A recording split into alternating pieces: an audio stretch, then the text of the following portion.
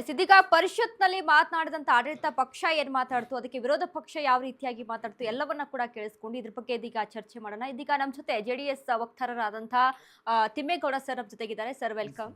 ಇನ್ನು ಅದ್ರ ಜೊತೆಗೆ ಆಗ್ಲೇ ನಾವು ಬಿಜೆಪಿ ವಕ್ತಾರರಾದಂತಹ ಜಯದೇವ್ ಅವರ ಜೊತೆ ಮಾತನಾಡ್ತಾ ಇದ್ವಿ. ಸರ್, ಒಂದು ರೀತಿಯಾಗಿ ನಾನು ಆಗ್ಲೇ ಹೇಳಿದೆ, ಅಂದ್ರೆ ಒಂದು ಪರಿಷತ್ ಅಂತ ಅಂದ್ರೆ ಸಮಾಜದ ರೀತಿಯಲ್ಲಿ ಅಂದ್ರೆ ದೇಶಕ್ಕೆ ಯಾವ ರೀತಿಯಾದಂತಹ ಉದ್ಧಾರಗಳ ವಿಚಾರದ ಬಗ್ಗೆ ಮಾತನಾಡಬೇಕು. ಆದ್ರೆ ಇದೇನು ಒಂದ್ ಕಡೆ ಪ್ರಧಾನಿ ಮೋದಿ ಅವರ ಬಗ್ಗೆ ಅಲ್ಲಿ ಒಂದು ನಾಲ್ಗೆಯನ್ನು ಹರಿಬಿಡ್ತಾರೆ, ಮತ್ತೊಂದ್ ಕಡೆ ಮತ್ತೊಂದೇನೋ ವಿಚಾರಗಳ ಬಗ್ಗೆ ಮಾತನಾಡ್ತಾರೆ. ಏನ್ ಮೆಸೇಜ್ ಕೊಡ್ತಾ ಇದ್ದಾರೆ ಅಂತ?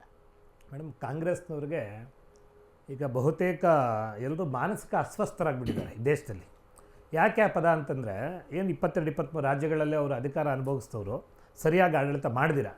ಯಾವಾಗ 2004ರಿಂದ 2014ವರೆಗೂ UPA ಸರ್ಕಾರದಾಗ ಅವ್ರು ಮಾಡಿದಂಥ ಸಂಪೂರ್ಣ ಭ್ರಷ್ಟಾಚಾರ, ಆಮೇಲೆ ಮೌನ ಮನಮೋಹನ್ ಸಿಂಗ್ರವರು ಅವರ ಆಡಳಿತದ ಧಾಟಿ ಜನವಿರೋಧಿ ಅಲೆಯಿಂದಾಗಿ ನರೇಂದ್ರ ಮೋದಿಜಿಯವ್ರ ಮೇಲೆ ಈ ದೇಶಕ್ಕೆ ವಿಶ್ವಾಸ ಬಂದು ಭಾರತ ಗೆಲ್ಲಿಸಿ ಅನ್ನೋಂಥ ಕಾರ್ಯಕ್ರಮ ಮಾಡಿ ಇಡೀ ದೇಶಾದ್ಯಂತ ಮೋದಿಜಿಯವರಿಗೆ ಈ ಭಾರತೀಯರು ಎಲ್ಲ ಸಮಸ್ತ ಭಾರತೀಯರು ಬಹುಮತವನ್ನು ಕೊಟ್ಟು ಪ್ರಧಾನಮಂತ್ರಿಗಳನ್ನು ಮಾಡಿದ್ರು.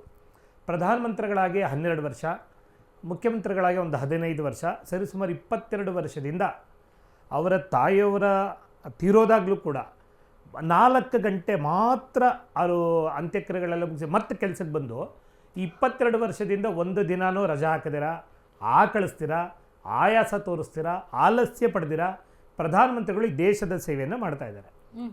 ಅನೇಕ ಕಡೆಗಳಲ್ಲಿ ನರೇಂದ್ರ ಮೋದಿಯವರನ್ನು ದೈವಾಂಶ ಸಂಭೂತರು ಅಂತೇಳಿ ನಮ್ಮ ಭಾರತೀಯರು ನಾವೆಲ್ಲರೂ ಕೂಡ ಅದೇ ಥರನೇ ಅಂದ್ಕೊಂಡಿದ್ದೀವಿ. ಅಂಥ ಸಾಧಕರು ಏನಾದರೂ ಜೀವನದಲ್ಲಿ ಯಾರಾದರೂ ಸಕ್ಸಸ್ ಆಗಬೇಕು ಅಂದರೆ ಮೋದಿಜಿಯವ್ರ ಬಗ್ಗೆ PhD ಮಾಡಬೇಕು. ಇವತ್ತು ಆ ಪರಿಸ್ಥಿತಿ ಇದೆ ಎಲ್ಲ ಕ್ಷೇತ್ರಗಳಲ್ಲೂ. ಅವರು ಕೃಷಿ ಕ್ಷೇತ್ರ ಕೇಳಿ, ಮಕ್ಕಳ ಜೊತೆ ಕೇಳಿ, ವಿಜ್ಞಾನಿಗಳು ಸೋತಾಗ ಅವರು ತಾಯಿ ಥರ ಅವ್ರಿಗೆ ಸಾಂತ್ವನ ಹೇಳೋದನ್ನು ನೋಡಿ, ಯೋಧರ ಜೊತೆ ಧೈರ್ಯವಾಗಿ ನಿಲ್ಲೋದನ್ನು ನೋಡಿ, ಆಮೇಲೆ GDP ಗ್ರೋತನ್ನು ನೋಡಿ, ನೀವು ಯಾವುದೇ ಕ್ಷೇತ್ರಗಳಲ್ಲಿ ತೊಗೊಂಡ್ರು ಭಾರತ ವಿಕಸಿತ ಆಗ್ತಾಯಿದೆ. ಇದನ್ನು ಕಾಂಗ್ರೆಸ್ನವ್ರಿಗೆ ಅವ್ರಿಗೆ ಖಂಡಿತ ತಡ್ಕೊಳಕ್ಕಾಗ್ತಾಯಿಲ್ಲ. ಅವ್ರಿಗೆ ಸ್ವಂತ ಸಾಮರ್ಥ್ಯ ಇಲ್ಲ. ಈ ಪರಿಸ್ಥಿತಿನಲ್ಲಿ ಈ ದೇಶದ ಸಂಸ್ಕೃತಿಯ ಪದಗಳಂತೂ ಅಲ್ಲ ಅವರಿವತ್ತು ವಿಧಾನ ಪರಿಷತ್ನಲ್ಲಿ ಮಾತಾಡಿರೋವಂಥದ್ದು. ಯಾಕೆ ಅವ್ರು ಆ ಥರ ಮಾತಾಡ್ತಾರೆ ಅಂತ ನನಗಂತೂ ಅನ್ಸೋದು, ಮೊದಲು ರಾಷ್ಟ್ರಪತಿಗಳ ಬಗ್ಗೆ CMನವರು ಒಂದು ಅಗೌರವವಾಗಿ ಒಂದು ಪದ ಮಾತಾಡಿದರು, ನಿಮ್ಗೆ ನೆನಪಿರ್ಬೋದು. ಮಾತಾಡಿದ ಮೇಲೆ ಆಮೇಲೆ ಅವರು ಬೇರೆ ಏನೋ ಸಮಜಾಯಿಷಿ ಕೊಟ್ಟರು. ಈ ಥರ ಏನೋ ಮಾತಾಡೋದು, ಏನೋ ಸಮಜಾಯಿಷಿ ಕೊಡೋದು, ಮುಖ್ಯಮಂತ್ರಿಗಳಾದಿಯಾಗಿ IT-BT ಸಚಿವರಾದಿಯಾಗಿ ಪ್ರದೀಪ್ ಈಶ್ವರ್ ಅಂತ ಯಾರೋ ಇದ್ದಾರಂತೆ, ಅವರು ಈಗ ಮುಂದುವರೆದ ಭಾಗ ಸಗೀರ್ ಅಹಮದ್. ನೋಡಿ, ಇವರೆಲ್ಲರ ಮಾನಸಿಕತೆ ಏನು ಅನ್ನೋದನ್ನು ಈ ದೇಶದ ಜನ, ರಾಜ್ಯದ ಜನ ನೋಡ್ತಾ ಇದ್ದಾರೆ. ಇದನ್ನು ನಿರೀಕ್ಷೆ ಮಾಡಿರಲಿಲ್ಲ ರಾಜ್ಯದ ಜನ ನಿಮಗೆ ಕೊಟ್ಟಿದ್ದು ನಿಮ್ಮ ಗ್ಯಾರಂಟಿ ಯೋಜನೆಗಳ ಬಗ್ಗೆ ನೀವು ಆಡಳಿತ ಕೊಡ್ತೀರ ಅಂತೇಳಿ. ಯಾವ ಥರದ್ದು ಪದ ಇವರು ದ್ವೇಷದ ರಾಜಕಾರಣ ಮಾಡೋಕ್ಕೆ ಹೊರಟಿದ್ದಾರೆ. ಮಾನ್ಯ ಪ್ರಧಾನಮಂತ್ರಿಗಳ ಬಗ್ಗೆ ಇಡೀ ವಿಶ್ವದಾದ್ಯಂತ ಅವ್ರ ಮಾತು ಗೌರವವನ್ನು ಕೊಡ್ತಾರೆ. ಆ ಥರ ಪರಿಸ್ಥಿತಿಯಲ್ಲಿ ಭಾರತ ಜಗದ್ಗುರು ಆಗ್ತದೆ, ವಿಕಸಿತದ ಭಾರತ ಆಗ್ತಾ ಇದೆ. ಇಂಥ ಸಂದರ್ಭದಲ್ಲಿ ಸಗೀರ್ ಅಹಮದ್ ಹೇಳಿದ್ದಾರೆ ಅಂದರೆ, ಅವರ ವಾಕ್ ಸ್ವಾತಂತ್ರ್ಯ ಅನ್ನೋ ಪದ ಹೇಳೋದು ಅದನ್ನು ಅವರೇ ದುರುಪಯೋಗ ಮಾಡೋದು. ಸಂವಿಧಾನ ಅಂತ ಹೇಳೋದು ಅದಕ್ಕೆ ಅವರೇ ಗೌರವ ಕೊಡದೇ ಇರೋದು. ಇನ್ನು ಪ್ರಜಾಪ್ರಭುತ್ವ ಅನ್ನೋದು ಪ್ರಜಾಪ್ರಭುತ್ವದ ಪ್ರಧಾನಮಂತ್ರಿಗಳಿಗೆ ಅಗೌರವವನ್ನು ತೋರಿಸೋದು. ಅವ್ರು ಏನು ಹೇಳ್ತಾರೋ ಕಾಂಗ್ರೆಸ್ನವರು ಅದಕ್ಕೋರು ಉಲ್ಟಾ ಮಾಡೋದೇ ಅವ್ರ ಪದ್ಧತಿ. ಅವರು ಹೇಳೋದೆಲ್ಲ ಮಹಾತ್ಮ ಗಾಂಧೀಜಿಯವರ ತತ್ವ ನೋಡ್ಕೊಳ್ಳೋದು ಯಾವುದು ಅವ್ರಿಗೆ ಇದು. ಇವತ್ತು ಕೂಡ ಕರಪತ್ರ ಅವರು ಒಂದು ಹಾಕಿದ್ದಾರೆ, ವಿಜಯವಾಣಿ ಪತ್ರಿಕೆನಲ್ಲಿ ನೋಡಿದೆ. ಮಹಾತ್ಮ ಗಾಂಧೀಜಿಯವರು ಅನುಮತಿ ಕೊಟ್ಟಿದ್ದಾರೆ ಅವರಿಗೆ, ನನ್ನ ಭಾವಚಿತ್ರವನ್ನು ನೀವೀಗೆಲ್ಲ ನನ್ನ ಪದ ಬಳಕೆ ಮಾಡ್ಬೋದು ಅಂತೇಳಿ ಯಾವ ಪುಸ್ತಕದಲ್ಲಿ ಬರ್ಕೊಟ್ಟಿದ್ರು? ಕಾಂಗ್ರೆಸ್ನವ್ರಿಗೆ GPay ಕೊಟ್ಟಿದ್ರು? ಹೇಗೆ ನಿಮಗೆ ಬೇಕಾದಂಗಲೆಲ್ಲ ಉಪಯೋಗ ಮಾಡ್ಕೊಳ್ಳೋದು? ನೀವು ಹೇಳಿದ್ರೆ ಸತ್ಯ, ನೀವು ಮಾತಾಡಿದ್ರೆ ಏನೋ ವಿಷಾದ.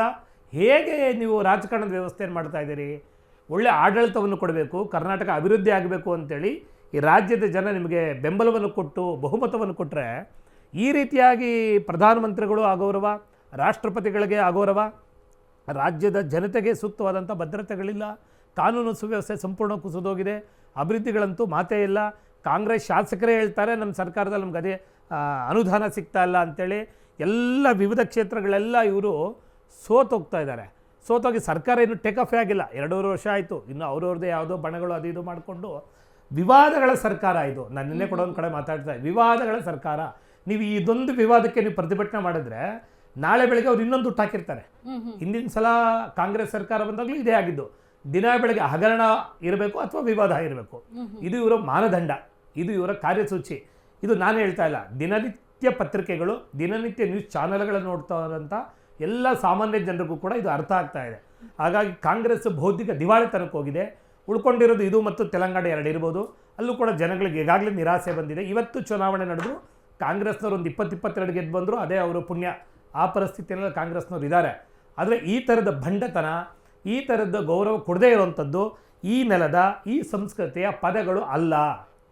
ಇದು ಖಂಡಿತವಾಗ್ಲೂ ಖಂಡನೀಯ. ರಾಜ್ಯದ ಜನತೆಗೆ ಮೋದಿಯವ್ರಿಗೆ ಏನಾದರೂ ಅಂದರೆ ಎಲ್ಲರ ಮನಸ್ಸಿಗೂ ಬೇಜಾರಾಗುತ್ತೆ. ಅದ್ರಲ್ಲಿ ಮತ್ತೊಂದು ನಾವು ಗಮನಿಸಿದ್ವಿ, ಸಿ ಟಿ ರವಿ ಕೂಡ ಅಲ್ಲಿ ಅವರು ಕೂಡ ಒಂದು ನಾಲ್ಕೇನು ಹರಿಬಿಟ್ರು. ಅಂದ್ರೆ ಪಾಕ್ ರೀತಿಯಲ್ಲಿ ಇವರು ಮಾತನಾಡ್ತಾರೆ. ಅಂದ್ರೆ ನಾವು ದೇಶದ ನಾವು ಮುಸ್ಲಿಮರು ಈ ರೀತಿಯಾಗಿ ಮಾತನಾಡೋದು ಎಷ್ಟು ಸರಿ ಅಂತ ಇಲ್ಲ, ಅವರು ಆ ಥರ ಹೇಳಿಲ್ಲ. ಅವ್ರು ಏನಂತ ಹೇಳಿದ್ರು, ದೇಶದ್ರೋಹಿ ಯಾರಿಗೆ ಮೋದಿ ಅವರು?